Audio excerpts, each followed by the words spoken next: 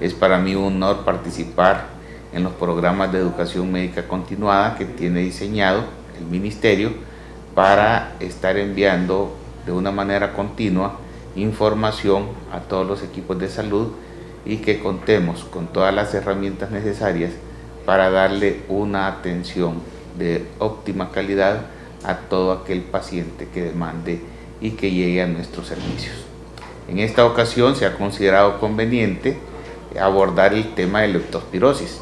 Es de todos conocidos el problema de tormentas que tuvimos, lo cual favoreció la migración de animales salvajes y entraron en contacto con las comunidades, favoreciendo la transmisión de muchas bacterias, entre las cuales contamos con la leptospira. Ya se ha documentado el fallecimiento de una persona a raíz de estas infecciones. Se están haciendo estudios para ver si no existen otras personas que se hayan contaminado, y en caso de que estas personas tengan una sintomatología que nos oriente a que se trate de una leptospirosis, es de nuestro deber darle una atención inmediata para no tener que estar lamentando muertes posteriormente.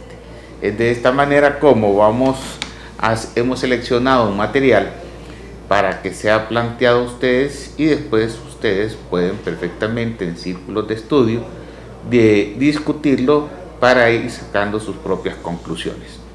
Obviamente no podemos comenzar con un tema si no establecemos la definición, y así tenemos que la leptospirosis es una enfermedad infectocontagiosa producida por una bacteria, no es virus, hongos ni parásito, es una bacteria del género Leptospira que afecta a los animales domésticos y silvestres, siendo una fuente de infección para el hombre. Los animales son la fuente de infección principal para el hombre. La definición de caso: tenemos el caso sospechoso. ¿En quién vamos a sospechar el caso? En todo aquel paciente que presente fiebre. ¿Qué tipo de fiebre? De inicio súbito, repentino, con escalofríos, cefalea, fiebre más cefalea, cefalea intensa, bitemporal y frontal, acompañada de artralgias, mialgias más acentuadas a nivel de miembros inferiores. Fíjense que aquí nosotros con estas definiciones podemos ya ir viendo los diagnósticos diferenciales, pero en la leptospirosis son artralgias y mialgias más acentuadas en los miembros inferiores, de preferencia las pantorrillas, y también se acompaña de conjuntivitis sin secreción purulenta. Pueden haber signos de irritación meningia, pueden haber signos de encefalitis, pueden haber trastornos renales como son anuria, oliguria, ictericia también puede presentarse, hemorragias intestinales, trastornos cardíacos como arritmia o insuficiencia cardíaca, pueden haber erupción cutánea. Y una cosa importante es que tenemos que establecer una relación con las aguas estancadas de pozos, ríos, animales domésticos o silvestres en el mes que precedió a la enfermedad. Ese nexo epidemiológico es muy importante que nosotros lo establezcamos en el momento que estamos elaborando la historia clínica del paciente. ¿Cómo vamos a confirmar el caso? Entonces, en todos aquellos pacientes que tenemos sospecha de un cuadro de leptospirosis, le tenemos que tomar sus exámenes de sangre. ¿Qué tipo? Primero, determinación de anticuerpos. Esta determinación de anticuerpos, para sacar conclusiones adecuadas, tienen que ser muestras pareadas. La primera muestra se tiene que tomar entre el 7º al 10º día después de haber comenzado la enfermedad, de preferencia antes de iniciar los antibióticos, de preferencia. Si el paciente ya inició los antibióticos, no por eso vamos a dejar de tomar la muestra. Y la segunda muestra tenemos que tomarla de 2 a 4 semanas después de la primera muestra, y tiene que existir un incremento significativo en la titulación para que nosotros podamos concluir que se trata de un caso de leptospirosis. ¿Cuánto aumento?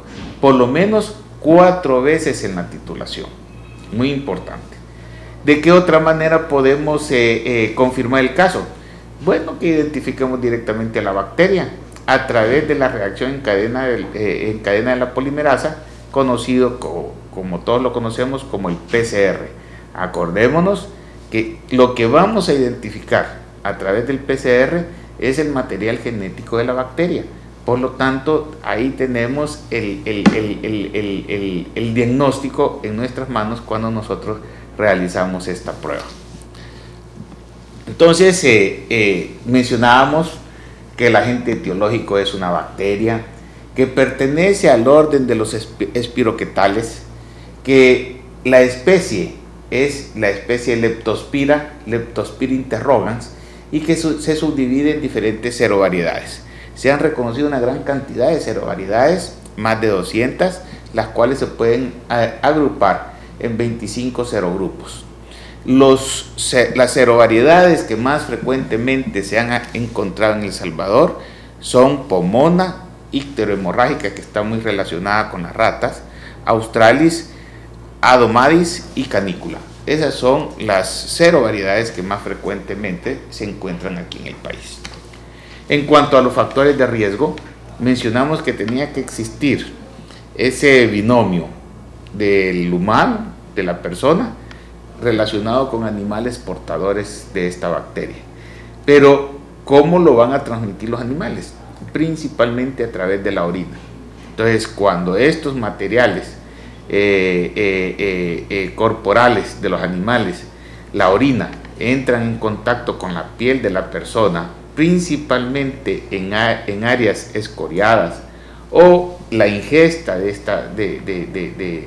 estas sustancias o la inhalación, pudiera dar lugar a la infección por estas bacterias. Se presentan obviamente brotes en personas expuestas al material contagioso, y el riesgo aumenta significativamente cuando estas personas han sido expuestas posteriormente a casos de inundaciones. ¿Por qué razón? Nosotros tenemos la experiencia, hemos vivido la experiencia, que después de estas inundaciones, los animales, durante las inundaciones, los animales silvestres migran, huyen de las inundaciones y se van a refugiar a las áreas urbanas, conviviendo con el humano, y de esta manera el humano entra en contacto con estos materiales contaminantes. Así que en las épocas de inundaciones nosotros tenemos que estar mucho más alertas para detectar tempranamente la enfermedad. Mencionábamos los reservorios animales, principalmente ¿cuáles? Las ratas, ¿verdad? Las ratas migran, la orina de las ratas, mucho cuidado cuando embodegamos alimentos.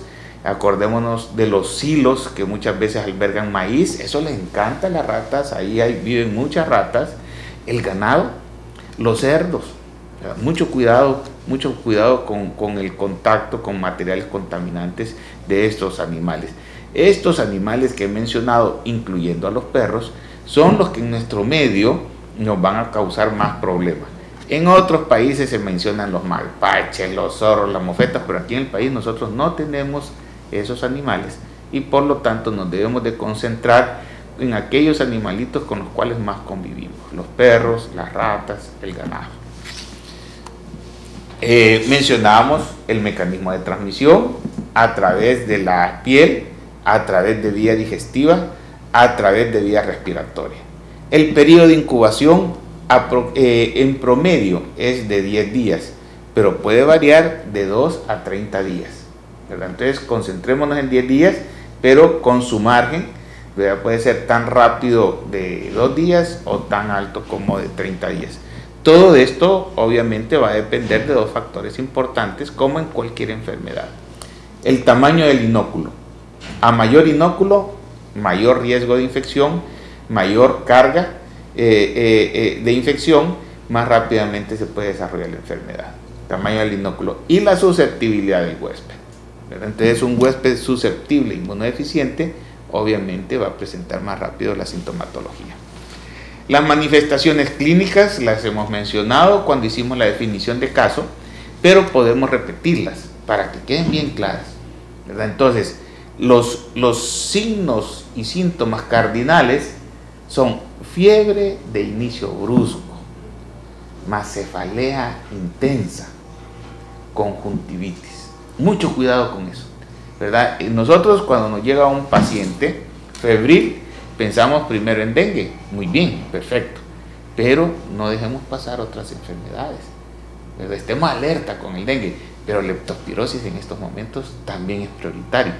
Así es que fiebre, cefalea bitemporal o frontal, más conjuntivitis sin secreción purulenta, pongámonos listos que puede ser un caso de leptospirosis. Obviamente, pues podemos encontrar que la sintomatología puede tener una evolución bastante característica y se distinguen dos fases. La primera fase, que es la fase febril, denominada también leptospirémica, que puede durar de 4 a 9 días. Y luego puede venir una fase de convalescencia, que es la fase inmunológica, que generalmente va a durar de 6 a 14 días. Posteriormente también podemos presentar un cuadro característico que se acompaña de ictericia y lesión renal, conocido como la enfermedad de Weil. La enfermedad de Weil, que se acompaña con la leptospirosis, es una definición de caso grave. Este paciente está muy grave y la mortalidad va a ser bastante importante. Entonces, fiebre, cefalea, conjuntivitis, mialgias artralgias. ¿Con qué vamos a hacer el diagnóstico diferencial? Dengue a la cabeza, ¿verdad? Pero no toda fiebre es dengue, ¿verdad? Tenemos que también hacer diagnóstico diferencial, dengue, leptospirosis, influenza. Fíjense, en los casos de influenza, fiebre, cefalea. Tenemos que pensar en influenza. Mucho cuidado, fiebre, cefalea. Podría ser una meningitis. Acuérdense ustedes que la meningitis, el pronóstico de la meningitis depende de la rapidez con que nosotros hagamos el diagnóstico y apliquemos el tratamiento adecuado. Si nosotros no tenemos esa agudeza de conocimientos y tardamos el diagnóstico de meningitis, quedarán secuelas neurológicas en ese paciente. Su calidad de vida va a disminuir. Por lo tanto, es extremadamente importante que pensemos en meningitis. Hepatitis. El paciente presenta ictericia. Obviamente, hay que descartar las hepatitis virales que tan frecuentemente se presentan en nuestro medio. Fiebre tifoidea. Imagínense contaminación con material fecal, paciente con fiebre, con cefalea, con dolor de cuerpo, de evolución relativamente prolongada, podría tratarse de una fiebre tifoidea. Tengamos presente esto. Y también tengamos presente las pancreatitis, que en determinado momento se pueden acompañar de dolor abdominal. La transmisibilidad de la enfermedad, ¿en qué periodo va a ser transmisible? Difícilmente la transmisibilidad se va a dar de persona a persona. Pensemos siempre del animal hacia la persona, a través de sus secreciones que pueden estar contaminadas, principalmente en la orina. Y vía de entrada, piel escorial, tubo digestivo y vías respiratorias. Hay que tener mucho cuidado con eso. Entonces, a los pacientes en los cuales nosotros sospechemos leptospirosis, sospechemos porque todavía no tenemos los resultados de los exámenes, podemos manejarlos ambulatoriamente desde el primer nivel de atención, o podemos manejarlo o referirlos a un hospital. ¿Qué tratamiento le vamos a dar a estos pacientes? Bueno, el tratamiento puede ser ambulatorio u hospitalario. En cuanto al tratamiento ambulatorio, sus medidas generales.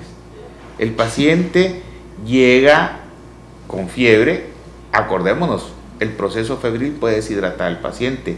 Por favor, hagan énfasis en la hidratación oral que pueden tener estos pacientes.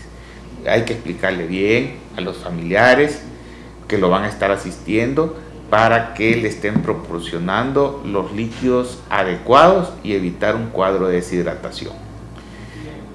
Esta enfermedad es producida por una bacteria Por lo tanto, necesitamos darle antibióticos. Son efectivos los antibióticos y los vamos a iniciar cuando tengamos la sospecha clínica. No vamos a esperar a confirmar el caso.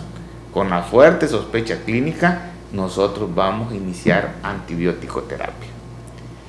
El paciente me llega febril, me llega con dolor de cabeza, con cefalea bitemporal.